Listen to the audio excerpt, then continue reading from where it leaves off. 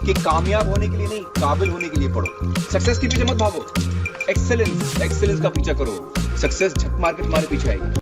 Hello everyone, I welcome you back in this video. So this video is basically for LEAP 2025 aspirants, that is lateral entry students, those who are taking admission in second year BTech.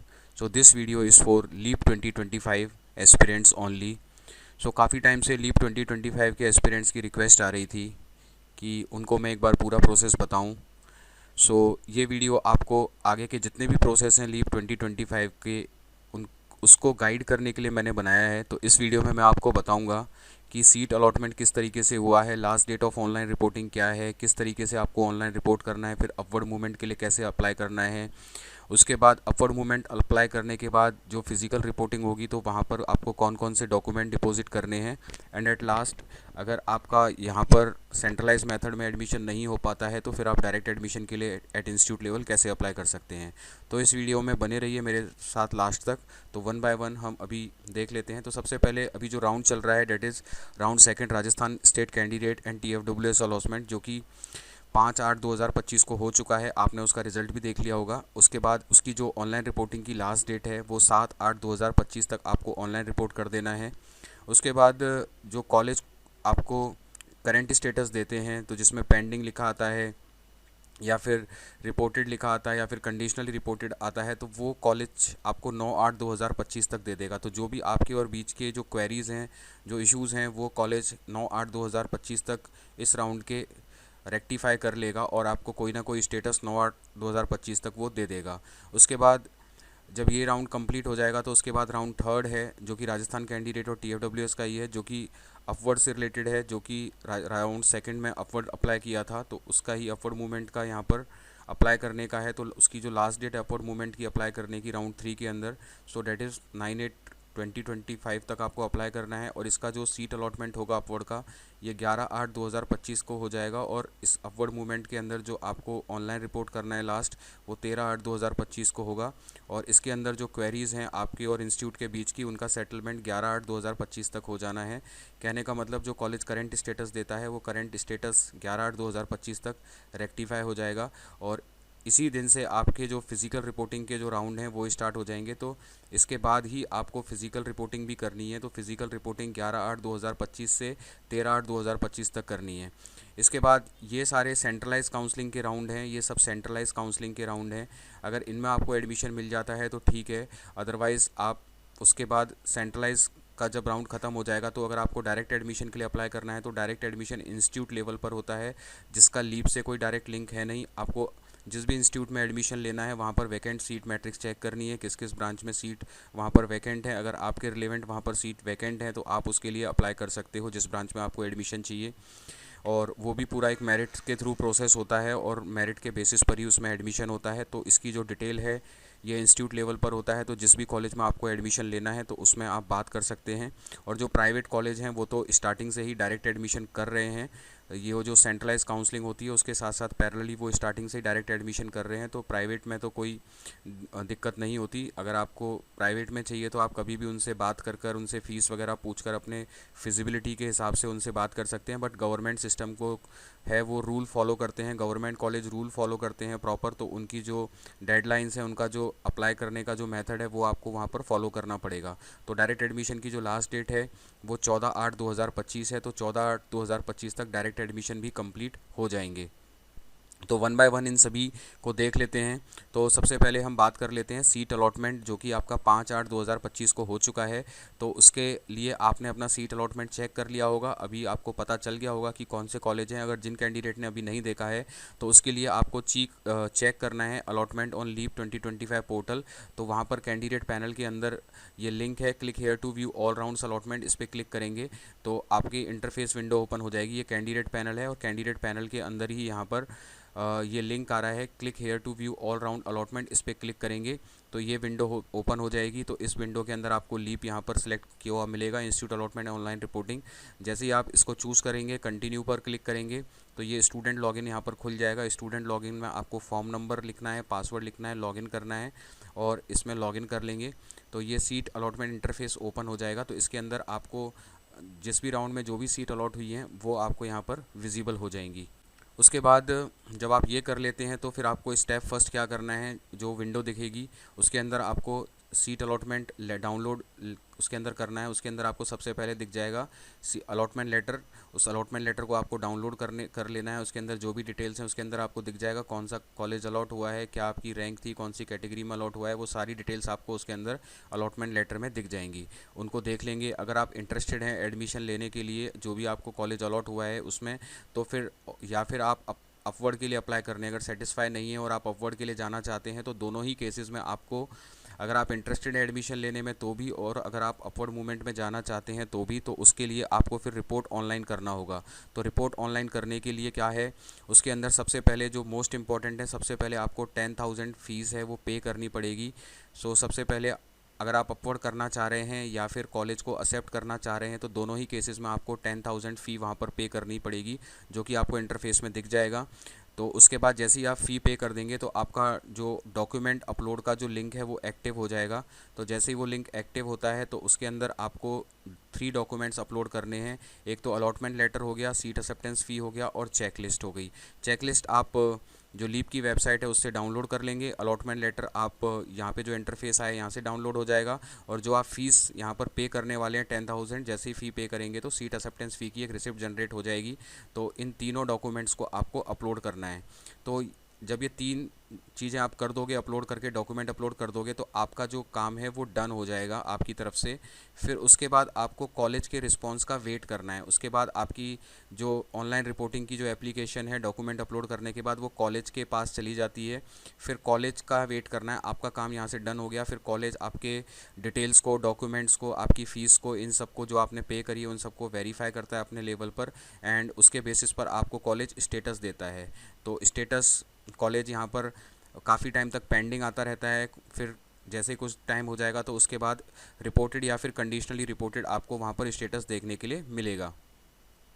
तो based on your uploaded documents at the time of leave registration college आपकी details को verify करता है and आपको वहाँ पर status देता है। सो वहाँ पर करंट स्टेटस की 4 कैटेगरीज़ हैं जिसके अंदर वो पेंडिंग भी दे सकता है, रिपोर्टेड भी दे सकता है, कंडीशनली रिपोर्टेड भी दे सकता है और कैंसिल्ड जनरली नहीं देता है। बहुत रेयर केस है, अगर कैंसिल्ड करेगा तो आपको फ़ोन करेगा, आपको मेल करेगा, आपको इन्फॉर्म करेगा। तो कैंसिल्ड जनरली नहीं देता है। कैंसिल्ड करने से पहले वो आपसे एक बार बात ज़रूर करेगा क्यों, किस वजह से वो आपका कैंसिल करना चाह रहा है, तो आपको ज़रूर इन्फॉर्म करेगा इस बारे में। अदरवाइज़ पेंडिंग रहता है जब तक आपके डॉक्यूमेंट्स वेरीफाई नहीं होते हैं। तो पेंडिंग दिखाता है। जैसे ही कॉलेज आपकी डिटेल्स को वेरीफाई कर देता है तो आपको 2 स्टेटस देगा, एक तो रिपोर्टेड और कंडीशनली रिपोर्टेड। तो दोनों ही केसेस में रिपोर्टेड और कंडीशनली रिपोर्टेड में कोई दिक्कत नहीं है। आपको कंडीशनली रिपोर्टेड मिल जाता है तो भी कॉलेज ने आपको कंसीडर कर लिया है एडमिशन के लिए। थोड़े बहुत डॉक्यूमेंट्स में आपकी कमी थी तो जिसको आप जो नोटिफिकेशन कॉलेज भेजेगा उस टाइम पर दूर कर दें या फिर फिजिकल रिपोर्टिंग के टाइम पर आपके जो डॉक्यूमेंट्स की कमी है उनको दूर कर देंगे तो आपको एडमिशन मिल जाएगा। और रिपोर्टेड अगर आ रहा है तो कोई दिक्कत है ही नहीं, बिल्कुल ही आपको कॉलेज ने कंसिडर कर लिया। और कंडीशनली रिपोर्टेड के अंदर आपको एक कंडीशन पे अलाउ किया है। तो अगर कंडीशनली रिपोर्टेड आ रहा है तो अपवर्ड मूवमेंट के लिए आप एलिजिबल हैं। आप यहाँ पर अपवर्ड मूवमेंट के लिए आसानी से अप्लाई कर सकते हैं। और अगर ये स्टेटस नहीं मिलते हैं, क्योंकि कई बार अपवर्ड मूवमेंट की डेट नज़दीक आ जाती है और आपको स्टेटस नहीं मिलते हैं, तो आपको वेट नहीं करना है। आपको अगर अपवर्ड मूवमेंट करना चाह रहे हैं तो पेंडिंग के साथ साथ भी आपको फिर करना ही पड़ेगा। अगर आपका स्टेटस क्लियर नहीं हो रहा है तो भी आपको अपवर्ड मूवमेंट के लिए अप्लाई करना है तो फिर करना ही पड़ेगा। अगर आपका यहाँ पर कॉलेज ये करंट स्टेटस क्लियर नहीं करके देता है तो भी फिर आपको करना ही पड़ेगा। सो आपको स्टूडेंट्स काफ़ी यहाँ पर दिक्कत लेता है, परेशानी लेता है कि उसका स्टेटस पेंडिंग आ रहा है, रिपोर्टेड कंडीशनली रिपोर्टेड आ रहा है, तो उससे आपको घबराने की ज़रूरत नहीं है। मैं दोबारा रिपीट कर रहा हूँ कि अगर आपको जो स्टेटस दिख रहा है उससे घबराने की ज़रूरत नहीं है। अगर वो पेंडिंग आ रहा है, रिपोर्टेड है तो कोई दिक्कत ही नहीं है, कंडीशनली रिपोर्टेड है तो भी घबराने की ज़रूरत नहीं है। ये जो स्टेटस देने का काम होता है ये कॉलेज का होता है, it's the responsibility of college कि वो आपको यहाँ पर कोई ना कोई स्टेटस दे। इसमें आप कुछ नहीं कर सकते जब तक कॉलेज अपनी तरफ से स्टेटस नहीं दे रहा है। आप ज़्यादा से ज़्यादा ये कर सकते हो कि कॉलेज से टेलीफोन पे बात कर लो या फिर उसको मेल के थ्रू या नोटिफिकेशन सेंड करके उसको आप अपनी प्रॉब्लम बता सकते हो कि इतने दिनों से आपका पेंडिंग चल रहा है। बट आपको फिर भी एट लास्ट कॉलेज की तरफ से रिस्पांस का वेट करना होगा। आप अपनी तरफ से इसके अंदर स्टेटस को नहीं बदल पाओगे जब तक कॉलेज वहाँ से स्टेटस को चेंज नहीं करेगा। तो ज़्यादा से ज़्यादा अगर आपको दिक्कत हो रही है तो आप कॉलेज से वहाँ पर बात कर लें स्टेटस के रिगार्डिंग, अगर एक बहुत लंबे टाइम तक स्टेटस आपका चेंज नहीं हुआ है तो। So during the time of current status, जो भी आपका करंट स्टेटस आपका चल रहा है, अगर आप अपवर्ड मूवमेंट के लिए अप्लाई करना चाहते हैं तो अपवर्ड मूवमेंट के लिए जो लिंक दिया हुआ है उस पर जाकर आप अपवर्ड मूवमेंट के लिए अप्लाई कर सकते हैं। और जो ऑनलाइन रिपोर्टिंग की लास्ट डेट है इसका आपको ध्यान में रखना है, मतलब कल 7/8/2025 को ऑनलाइन रिपोर्टिंग की लास्ट डेट है। तो कल तक आपको अपना ऑनलाइन रिपोर्टिंग का जो वर्क है वो पूरा कर लेना है। आपका जो मेन वर्क है ऑनलाइन रिपोर्टिंग के अंदर वो 10K पे करना है और 3 डॉक्यूमेंट्स अपलोड करना है। अगर आपने ये कर दिया आपकी तरफ से डन हो गया। बाकी स्टेटस वगैरह के लिए कॉलेज के पास थोड़ा टाइम रहता है तो वो कॉलेज जब तक देगा तब तक देगा। बीच में अगर आप कॉलेज से स्टेटस के रिगार्डिंग बात करना चाह रहे हैं या फिर कॉलेज भी आपसे बात कर सकता है स्टेटस के रिगार्डिंग, आपको नोटिफिकेशन सेंड कर सकता है। तो जो भी कॉलेज को रिक्वायर है वो आपको रिस्पॉन्ड कर देना। आपके इसी के अंदर जो पोर्टल है उसी के अंदर कोई ना कोई नोटिफिकेशन कॉलेज भेजेगा या आपसे कम्युनिकेट करने की कोशिश करेगा। तो जो भी वो नोटिफिकेशन सेंड कर रहा है तो उसका आप टाइम पर जवाब दे देना।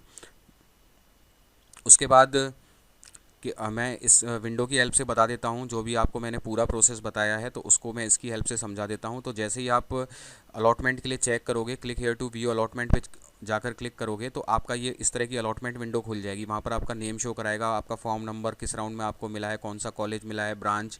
फिर यहाँ पर सबसे पहले आपको अपना ये डाउनलोड अलॉटमेंट लेटर करना है जो मैंने अभी बताया। उसके बाद आपको पे सीट एक्सेप्टेंस फ़ी करनी है, सेकंड नंबर पे ये आपको करनी है और उसके बाद थर्ड नंबर पर आपको ये करनी है। तो आपके 3 ही वर्क हैं। First is download allotment letter, second is reporting payment status and third is uploading reporting document. तो ये जैसे ही आप लॉगिन करेंगे तो डाउनलोड हो जाएगा। फिर आपको सेकंड स्टेप ये करनी है पे सीट। जैसे ही आप ये करेंगे तो फिर ये अपलोड अभी डिसेबल दिखा रहा है जब तक आपने इसको नहीं किया है। जैसे ही आप कर देंगे तो ये लिंक एक्टिव हो जाएगा और यहाँ पर आप डॉक्यूमेंट अपलोड कर देंगे। फिर यहाँ पर ये जो करंट स्टेटस है ये अभी पेंडिंग दिखा रहा है क्योंकि कॉलेज ने वेरीफाई नहीं किया है। तो कॉलेज यहाँ पर वेरीफाई कर देगा तो ये जो स्टेटस मैंने बताया वहाँ पर चेंज हो जाते हैं। तो यहाँ पर कॉलेज नोटिफिकेशन, अगर कॉलेज कोई नोटिफिकेशन सेंड कर रहा है तो आपको नोटिफिकेशन में जाकर चेक करना है। तो नोटिफिकेशन में जाकर जो भी अगर वो आपसे रिक्वायर कर रहा है कि ये डॉक्यूमेंट सेंड करो, वो डॉक्यूमेंट सेंड करो, तो नोटिफिकेशन में कॉलेज नोटिफिकेशन सेंड करेगा। तो जो भी आपके डॉक्यूमेंट्स वो मांगना चाह रहा है तो वो आप उसको उसमें जिप फाइल बनाकर कंप्रेस कर कर उसको भेज दें।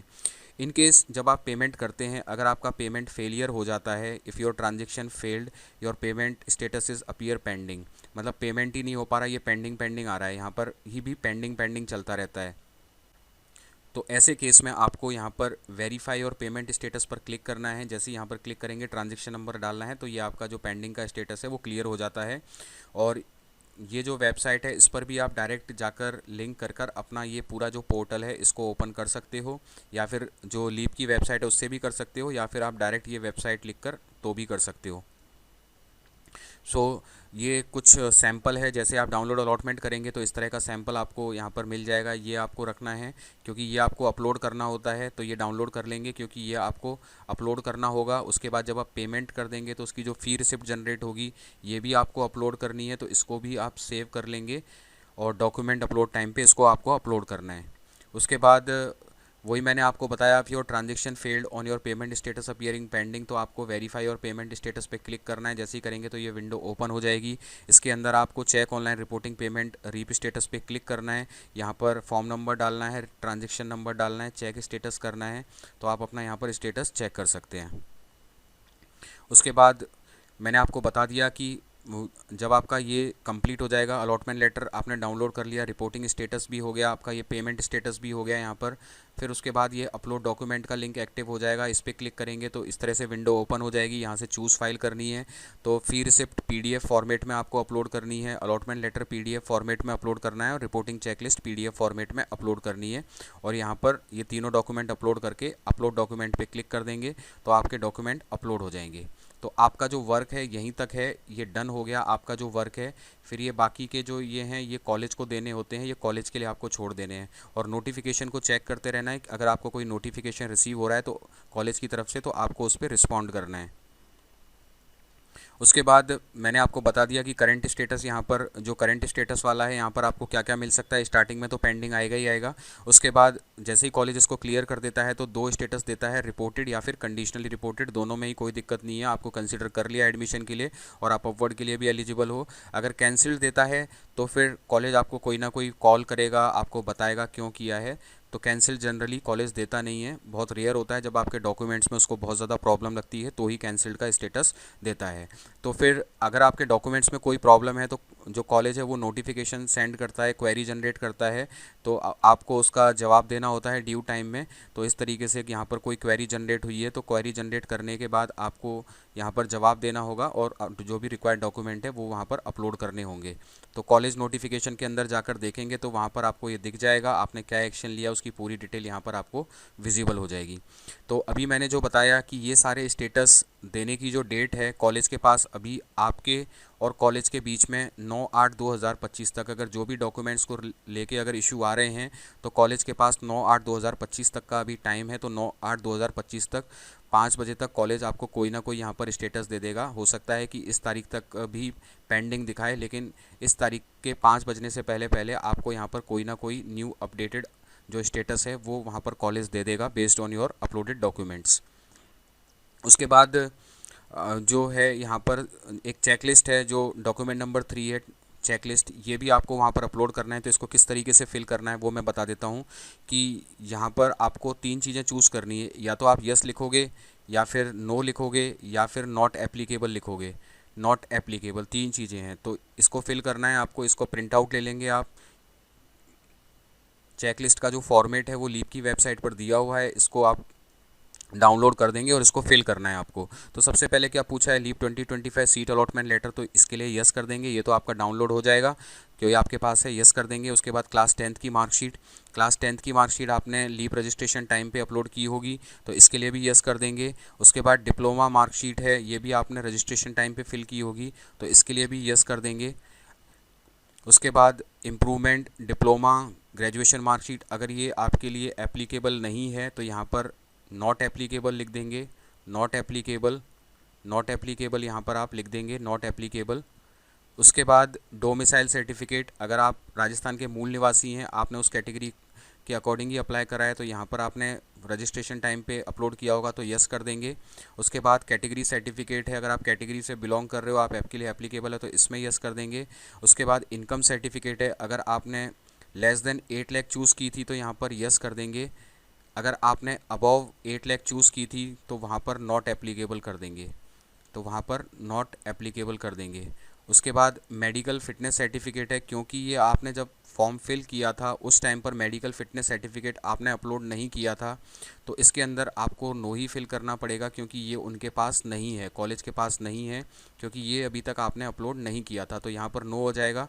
इसका एक तरीका मैं बता देता हूँ, अगर आपको यस करना है और आपका बना हुआ है तो आप क्या करें कि ये जो फॉर्मेट है इसको किसी भी डॉक्टर से कंप्लीट करवा लें और ये जो चेकलिस्ट है, ये जो चेकलिस्ट है इसके साथ ही नीचे पीडीएफ बनाकर इसके साथ ही इसको अटैच कर दें। जो डॉक्यूमेंट्स आपका अगर आपको लगता है कि उस टाइम पर आपने नहीं दिया था या मिस है तो उसको जो चेकलिस्ट है उसी के साथ अटैच करके इसको अपलोड कर दें, चेकलिस्ट के साथ ही अपलोड कर दें, तो आपका इस तरीके से मेडिकल सर्टिफिकेट भी कॉलेज वालों के पास पहुंच जाएगा।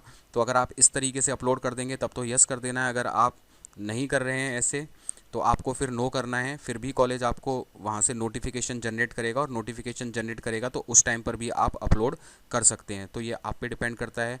अदर्स के अंदर अगर आपने स्पोर्ट्स कोटे का एडवांटेज लिया है तो अदर्स में आप स्पोर्ट्स कोटे की डिटेल यहाँ पर फिल कर सकते हो। जैसे ये सब कंप्लीट करने के बाद यहाँ पर आपको डेट डालनी है, यहाँ पर आपको सिग्नेचर ऑफ पेरेंट्स गार्जियन करने हैं, और यहाँ पर आपको खुद के सिग्नेचर करने हैं। तो इस तरीके से आपकी ये जो चेक लिस्ट है, ये चेक लिस्ट कंप्लीट हो जाएगी। और ये चेक लिस्ट बहुत इंपॉर्टेंट है, इसको आपको अपलोड करना ही करना है। सबसे ज़्यादा इंपॉर्टेंट यहाँ पर चेक लिस्ट है, तो इसको आपको अपलोड करना ही है इन सबको फिल करके।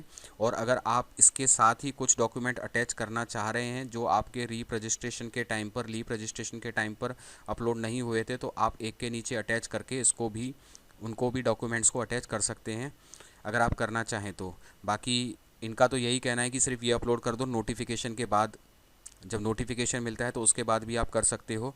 तो तो जैसे भी आपको ठीक लगे उस तरीके से आप कर सकते हो, ऐसे भी करना चाहो तो कर सकते हो। और अगर आप नोटिफिकेशन मिलने के बाद जो पेंडिंग डॉक्यूमेंट है जो नहीं था उनके पास, वो सेंड करना चाहते हो तो भी कर सकते हो। उसके बाद इस तरीके से आपका पूरा ऑनलाइन रिपोर्टिंग का जो प्रोसेस है वो डन हो जाएगा। तो ये तो पार्ट हो गया ऑनलाइन रिपोर्टिंग का।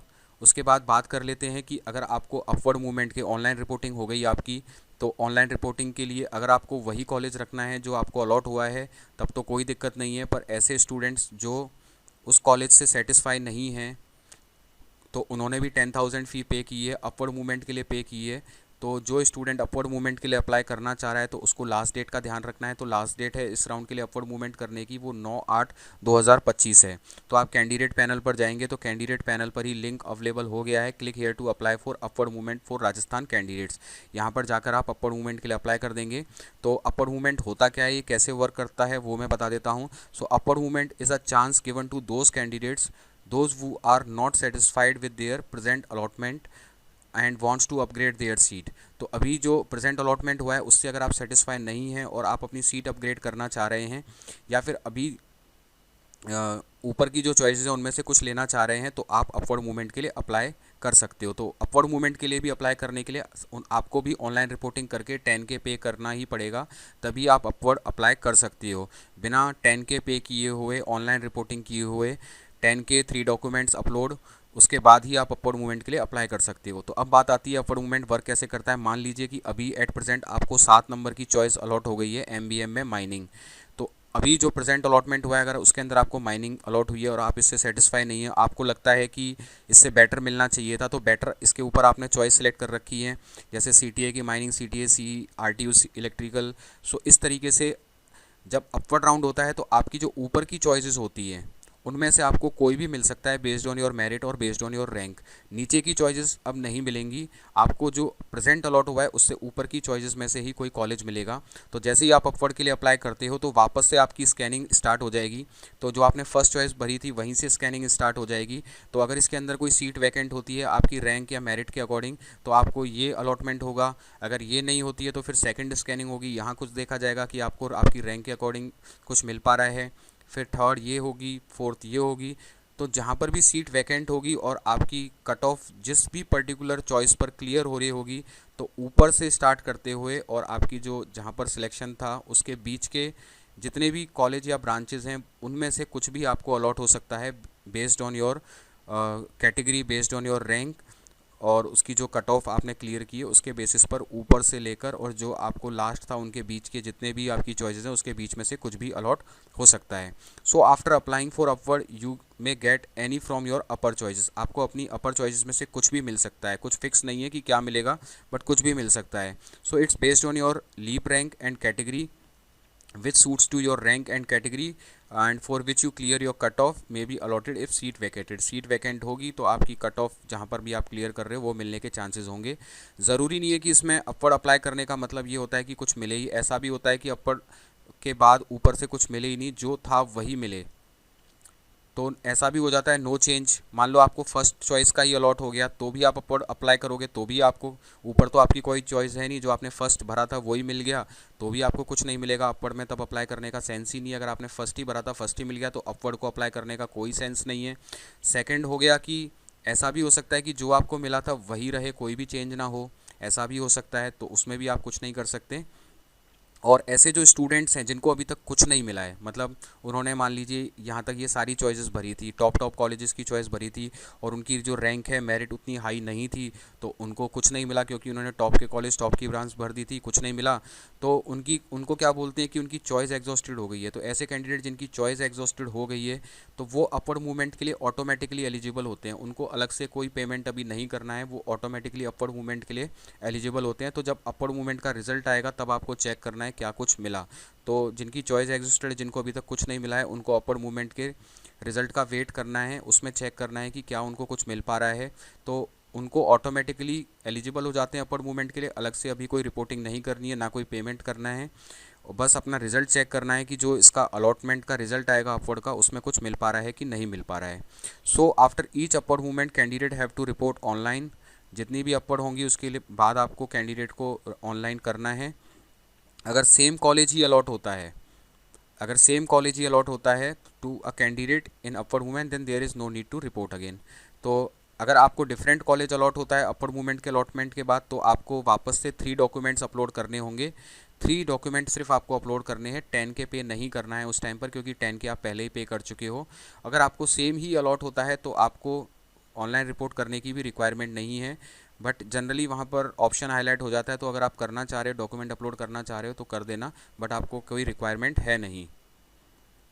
तो ये तो हो गया अपवर्ड मूवमेंट के बाद। उसके बाद जो नेक्स्ट है, जब इस अपवर्ड का जो सीट अलॉटमेंट है वो सीट अलॉटमेंट होगा, सीट अलॉटमेंट ऑफ अपवर्ड वो 11/8/2025 को होगा, 11 अगस्त 2025 को इसका सीट अलॉटमेंट हो जाएगा।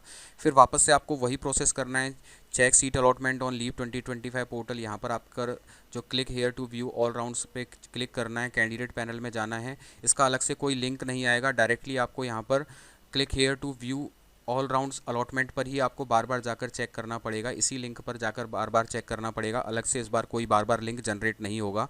तो जितने भी अलॉटमेंट के रिजल्ट आ रहे हैं आपको बार बार इस लिंक पर जाकर चेक करना होगा, अलग से कोई यहाँ पर अब नया लिंक डेवलप नहीं होगा। तो जो इसका जो रिजल्ट आ जाएगा तो उसकी ऑनलाइन रिपोर्टिंग की जो अपवर्ड की जो लास्ट डेट है वो 13/8/2025 है।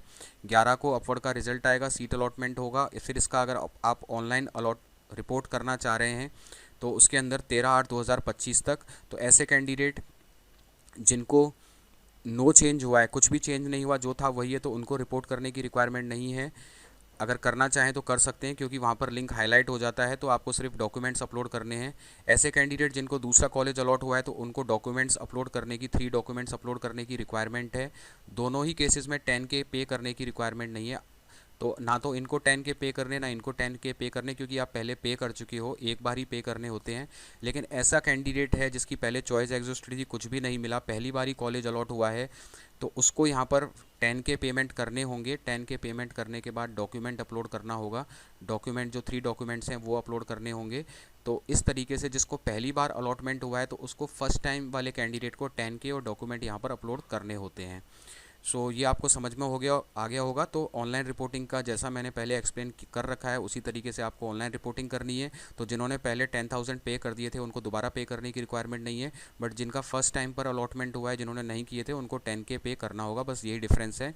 सो नॉट रिक्वायर्ड टू पे सीट एक्सेप्टेंस फ़ी। अगेन जो पहले पे कर चुके हैं उनको दोबारा की ज़रूरत नहीं है। आपको सिर्फ अपने वो 3 डॉक्यूमेंट्स हैं वो यहाँ पर न्यू अलॉटेड कॉलेज में आपको अपलोड करने हैं। और इसके अंदर जो भी आपको अलॉटमेंट हुआ है कॉलेज आपकी और इंस्टीट्यूट के बीच में, जो भी क्वेरीज़ हैं, अगर पेंडिंग है कुछ डॉक्यूमेंट्स को रिलेटेड कुछ इशू हैं, तो वो कॉलेज आपका यहाँ पर 11/8/2025 तक इसको रेक्टिफाई यहाँ पर कर देगा। जो भी सेटलमेंट ऑफ क्वेरीज़ हैं ये सारी यहाँ पर कंप्लीट हो जाएंगी। ये इसके बारे में बता देता हूँ कि ये जो सीट अलॉटमेंट फ़ी है, सीट एक्सेप्टेंस फ़ी है 10,000, इसका क्या होता है। सो 10,000 का क्या होता है कि अगर आप कॉलेज फाइनल कर लेते हो, फाइनल एडमिशन ले लेते हो लीव काउंसलिंग के थ्रू, तो जो आपको कॉलेज जिसमें एडमिशन लिया है वो उसकी फ़ीस में एडजस्ट हो जाता है। ये 10,000 है, ये 10,000 आपकी फ़ीस में एडजस्ट हो जाएगा अगर आप एडमिशन फ़ाइनल कर लेते हो। तो अगर आप एडमिशन फ़ाइनल नहीं करते हो, आप कैंसिल करा लेते हो एडमिशन, तो उस केस में आपको ये 10,000 है, इसमें से 1,000 डिडक्ट करके 9,000 का अमाउंट है वो आपको रिफ़ंड हो जाता है। और रिफ़ंड भी उस अकाउंट में होगा जिसमें से आपके पैसे कटे थे। तो जिस खाते से आपने पैसे कटवाए थे 10,000, उसी खाते में रिफ़ंड होता है, जिसमें 3-4 महीने का टाइम जनरली लीप लगा लेता है। और अगर आपको अपना बैंक खाता चेंज करवाना है जिसके अंदर आप पैसा मंगाना चाह रहे हो, तो आपको रीप को इन्फॉर्म करना पड़ेगा regarding your change of bank account. अगर नहीं करोगे तो जिस खाते से पैसा कटा है उसी में 3-4 महीने बाद आपका ऑटोमेटिकली रिफ़ंड हो जाएगा। उसके बाद अगर आप विड्रॉल ऑफ एडमिशन करा रहे हो, मतलब अगर आप इसके लिए, अगर आपको रिफ़ंड चाहिए तो आपको उसके लिए विड्रॉ ऑफ एडमिशन कराना पड़ेगा। तो विड्रॉ एडमिशन कराने के लिए लीप की जो पोर्टल है उस पर लिंक आएगा, तो जो कि अभी नहीं आया पर जल्दी ही आ जाएगा, तो वहाँ पर आपको अप्लाई करना पड़ेगा। अगर आप फिज़िकल रिपोर्टिंग से पहले पहले विड्रॉ करा लेते हो तो जो अमाउंट है ये रिफ़ंड होने वाला आपके खाते में आ जाएगा और इसको डायरेक्टली लीप आपके खाते में ट्रांसफ़र कर देगा। लेकिन अगर आप कॉलेज रिपोर्ट करने के बाद कैंसिल करा रहे हो, आपने कॉलेज रिपोर्ट कर लिया, तो जो अमाउंट है, जो आपने फ़ीस पे कर दी है और जो आपकी फ़ीस में ये 10 एडजस्ट हुआ है, तो ये कॉलेज के पास आ जाएगा। फिर आपको ये जो पैसा जो रिफ़ंड होगा वो कॉलेज से होगा, लीप उसको रिफ़ंड नहीं करेगा। तो इन बातों का आपका ध्यान में रखना है। उसके बाद जो ओरिजिनल डॉक्यूमेंट वेरिफिकेशन का जो वर्क है, जो फिज़िकल रिपोर्टिंग है, आपकी जो फिज़िकल रिपोर्टिंग होगी उसका ध्यान में रखना है। तो फिज़िकल रिपोर्टिंग है वो 11/8/2025 से लेकर 13/8/2025 के बीच में फ़िज़िकल रिपोर्टिंग है। तो उसके लिए जो आपको डॉक्यूमेंट्स रेडी करके रखने हैं, उसके अंदर जो भी प्रोविजनल सीट अलॉटमेंट लेटर है वो आपको देना है, एप्लीकेशन कम रजिस्ट्रेशन फॉर्म आपको लेना है। उसके अलावा कलर फ़ोटोग्राफ हैं वो आपके पास एक्स्ट्रा में 2 या 3 होने चाहिए। उसके बाद आधार कार्ड हो गया, एक्नॉलेजमेंट रिसिप्ट ये होना चाहिए। तो जनरली आधार कार्ड सभी के पास होता ही है। क्लास 10th की मार्कशीट, उसके बाद डिप्लोमा की आपकी जिस भी बेसिस पर आपने एडमिशन लिया है उसकी ऑल सेमेस्टर या ईयर्स की मार्कशीट आपको वहाँ पर फिज़िकल रिपोर्टिंग के टाइम पे ले जानी है। अगर आपने कैटेगरी सर्टिफिकेट से किया है तो आपको अपना कैटेगरी सर्टिफिकेट लेके जाना है। कैटेगरी सर्टिफिकेट अगर पुराना है तो ओबीसी, एमबीसी या ईडब्ल्यूएस के जो कैंडिडेट्स हैं उनको एक रिक्वायर्ड फॉर्मेट में नॉन क्रीमी लेयर की अंडरटेकिंग लेके जानी है।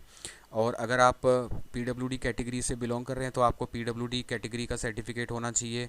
एक्स सर्विसमैन से बिलोंग कर रहे हैं तो उसका कुछ प्रूफ होना चाहिए, सर्टिफिकेट होना चाहिए। मूल निवास प्रमाण पत्र होना चाहिए, अगर आपके लिए एप्लीकेबल है, आपने राजस्थान के बेसिस पर फिल किया है तो आपको मूल निवास प्रमाण पत्र लेकर जाना है। इनकम सर्टिफिकेट होना चाहिए फाइनेंशियल ईयर 2024-25 का। जिन्होंने भी बिलो 8 लाख चूज़ करके फॉर्म को फिल किया था तो उनको इनकम सर्टिफिकेट भी वहाँ देना होगा, और जिन्होंने अबव 8 लाख चूज़ किया था उनके लिए नॉट एप्लीकेबल है, उनको इसकी रिक्वायरमेंट नहीं है। उसके बाद मेडिकल फिटनेस सर्टिफिकेट है जिसका फॉर्मेट मैंने आपको बताया था, डाउनलोड कर लें। और फिज़िकल रिपोर्टिंग के टाइम पर ही आपको जो सेमेस्टर की फ़ीस होती है, कॉलेज की सेमेस्टर फ़ी होती है, वो डिपॉजिट करनी होगी। इसके अलावा इसके साथ साथ क्वेश्चन मनी डिपॉजिट करनी होगी, और जो भी उनके मिसलेनियस चार्ज होते हैं या एक्स्ट्रा चार्ज होते हैं वो आपको एक्स्ट्रा चार्ज वहाँ पर पे करने होंगे। तो वहाँ पर सेमेस्टर की फ़ीस हो जाएगी, क्वेश्चन मनी हो जाएगी, और एक्स्ट्रा चार्ज स्टार्टिंग में जो लेते हैं वो एडमिशन के टाइम पर वो आपको पे करने होंगे। इसके अलावा जो डॉक्यूमेंट्स यहाँ पर लीप ने मेंशन नहीं किए हैं वो और मैं बता देता हूँ। तो आपको भी माइग्रेशन सर्टिफिकेट की रिक्वायरमेंट होगी। माइग्रेशन सर्टिफिकेट भी आप रेडी रखें अपना। अभी आपके बोर्ड से आया नहीं होगा, जो बीटीआर के स्टूडेंट अभी नहीं आया होगा, बट जल्दी आ जाएगा। बट आपको भी माइग्रेशन की रिक्वायरमेंट होगी। उसके अलावा आपको टीसी की रिक्वायरमेंट होगी। उसके अलावा कैरेक्टर सर्टिफिकेट की रिक्वायरमेंट होगी। तो ये टीसी और कैरेक्टर सर्टिफिकेट अपने कॉलेज से, अपने डिप्लोमा कॉलेज से आप कलेक्ट कर लें। और माइग्रेशन जो सर्टिफिकेट है वो आपके बोर्ड द्वारा आपके कॉलेज को कुछ टाइम में अभी भेज दिया जाएगा। तो इसको भी मार्कशीट और माइग्रेशन दोनों ही भेज दिए जाएंगे, तो इसको अभी अपने कॉलेज से कलेक्ट कर लेना, क्योंकि माइग्रेशन आपके लिए भी बहुत इंपॉर्टेंट है। विदाउट माइग्रेशन आपका एनरोलमेंट नहीं हो पाएगा, तो माइग्रेशन सर्टिफिकेट बहुत इंपॉर्टेंट है। तो ये माइग्रेशन, टीसी और सीसी का भी आपको ध्यान में रखना है। सो इस तरीके से आपके जो सेंट्रलाइज काउंसलिंग के जो सारे राउंड हैं वो सारे कंप्लीट हो जाते हैं। वहाँ पर आपका फिजिकल रिपोर्टिंग करके डन हो जाता है, डॉक्यूमेंट आपके डिपॉजिट हो जाएंगे। फिर भी ऐसे स्टूडेंट्स हैं जिनको किसी रीज़न की वजह से सेंट्रलाइज काउंसलिंग से एडमिशन नहीं मिल पाया, या फिर जिनको मिला है वो सेटिस्फाई नहीं है, वो डायरेक्ट लेवल पर अप्लाई करना चाह रहे हैं। तो जो लास्ट राउंड है वो डायरेक्ट एडमिशन का राउंड है, जो कि इंस्टीट्यूट लेवल पर होता है। तो इंस्टीट्यूट अपने अपने फॉर्म खुद ही निकालते हैं, जो कि उन्होंने निकालने शुरू भी कर दिए हैं। तो उसके लिए पर्सनली आपको इंस्टीट्यूट की वेबसाइट पर जाकर, वहाँ पर उनके जो प्लेटफॉर्म है उन पर जाकर आपको अलग अलग से सभी के लिए अप्लाई करना पड़ेगा। उसकी जो फ़ीस है वो सभी इन्होंने मेंशन कर रखी है, कितनी क्या फ़ीस लगेगी ये सब कुछ इन्होंने मेंशन कर रखा है। उसके अंदर सारी डिटेल्स उनकी वेबसाइट पर आपको मिल जाएगी। तो जिस भी इंस्टीट्यूट के अंदर आप अप्लाई करना चाह रहे हैं वहाँ पर जाकर अप्लाई कर सकते हैं। बट ये अभी आपको ये नहीं बता पाएंगे कि किस में कितनी सीटें खाली हैं। सीट का आपको नहीं पता चल पाएगा अभी, क्योंकि जो रिपोर्टिंग है कैंडिडेट्स की, 13 तारीख तक तो रिपोर्टिंग ही होगी। तो 13 तारीख को रिपोर्टिंग के बाद ही इनको पता चल पाएगा कि कितनी फ़ाइनल सीट वहाँ पर बच रही हैं। तो ये पहले सभी से एप्लीकेशन फॉर्म फिल करवा रहे हैं, लेकिन ये सीट मैट्रिक्स अभी नहीं बता पाएंगे क्योंकि इनको अभी खुद ही नहीं पता कि सीट मैट्रिक्स एक्चुअली में क्या होने वाली है। बट ये फॉर्म फिल करवा रहे हैं। इसमें स्टूडेंट का भी नुकसान है क्योंकि बिना सीट मैट्रिक्स के किस में कितनी क्या सीट खाली हैं, जब स्टूडेंट को यही नहीं पता तो वो फिर 1000 और ये रुपए दे के उसका खुद का ही नुकसान होगा जब तक उसको क्लियरली सीट मैट्रिक्स के बारे में नहीं पता होगा। सो नुकसान तो है यहाँ पर स्टूडेंट का। सो इंस्टीट्यूट स्टार्टेड गिविंग एडवर्टाइज, तो उन्होंने अपने एडवर्टाइज देने डायरेक्ट एडमिशन के लिए कर दिए हैं 6 अगस्त से।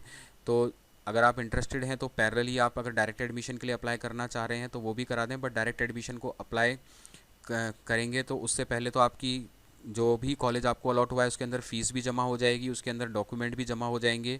और फिर अगर आप डायरेक्ट एडमिशन से लेना चाह रहे हैं तो वो जो फ़ीस है वो आपको वहाँ पर रिफ़ंड नहीं हो पाएगी क्योंकि फ़ी रिफ़ंड की जो लास्ट डेट है वो 11 अगस्त तक ही है।